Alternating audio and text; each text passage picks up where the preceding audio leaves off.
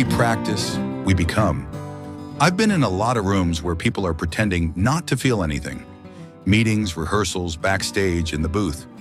Everyone holding it together, doing the job, saying the right thing, keeping the energy up, staying professional.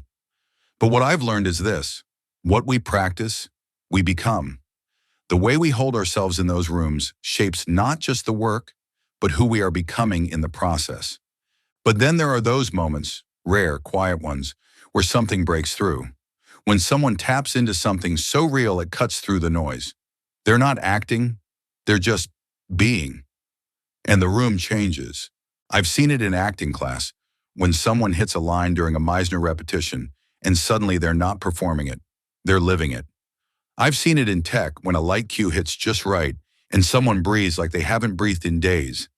I've seen it during a pre-show warm-up, standing in a circle holding hands, trying not to cry, trying not to laugh, trying not to feel too much, but doing it anyway. And every time it happens, I think, this is why I'm here.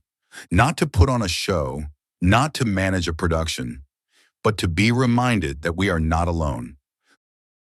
The rooms that teach us how to be. There's something about a rehearsal room that holds space for a kind of humanity that's hard to find anywhere else. Maybe it's the routine, the weird exercises, the way people come in exhausted but still find something real to give. Maybe it's the fact that we agree, without saying it, to be a little more open than usual. I've tossed a stick around in a circle more times than I can count, missed it, dropped it, laughed at how ridiculous it felt, and then at some point, without meaning to, I found myself actually listening. Not with my ears, but with my whole body. I've sat in circles where we were asked what 3 things we'd take to a desert island.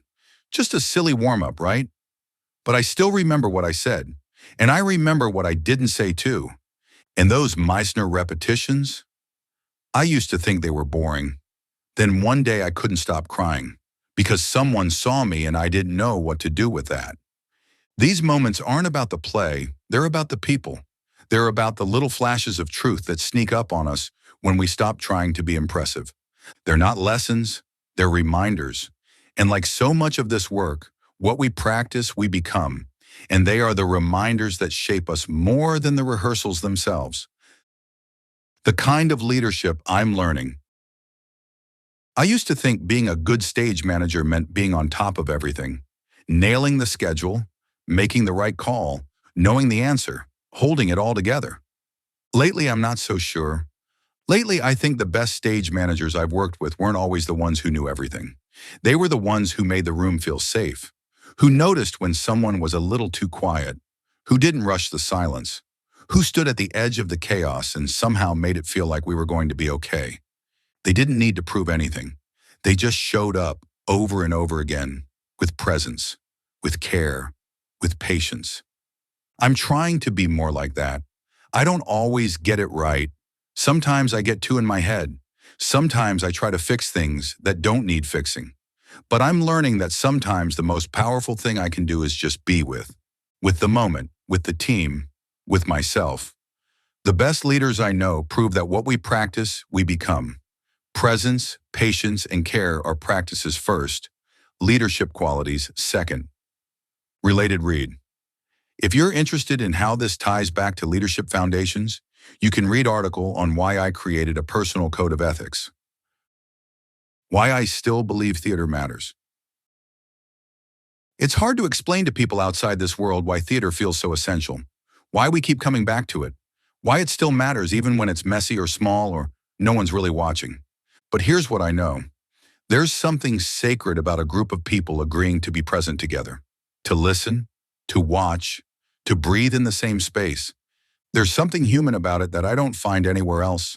Not on screens, not in emails, not in most of the world I move through every day. Theater doesn't just teach us how to tell stories. It teaches us how to notice each other, how to respond, how to be moved, how to stay in the room when it gets uncomfortable, how to try again the next day. As others have written about, why theater matters goes beyond performance. It's about presence, connection, and community. And I think that's something worth holding on to. Right now, what we practice, we become. The truth is, I'm in a bit of a tender place right now. Things feel uncertain. I don't always know what's next. I'm trying to figure out what kind of work I want to do, what kind of leader I want to be, what kind of person I'm becoming. But when I close my eyes and think about the moments that have meant the most to me, the ones that stuck, I remember a dark theater, a half-lit stage, a quiet circle of people just trying to be a little more honest than they were the day before. And I remember that showing up, even when I feel unsure or tired, or like I don't have the answers, is sometimes the most important thing I can do. That being with people is enough. That listening matters. That theater still matters. And maybe that's all I need to know right now.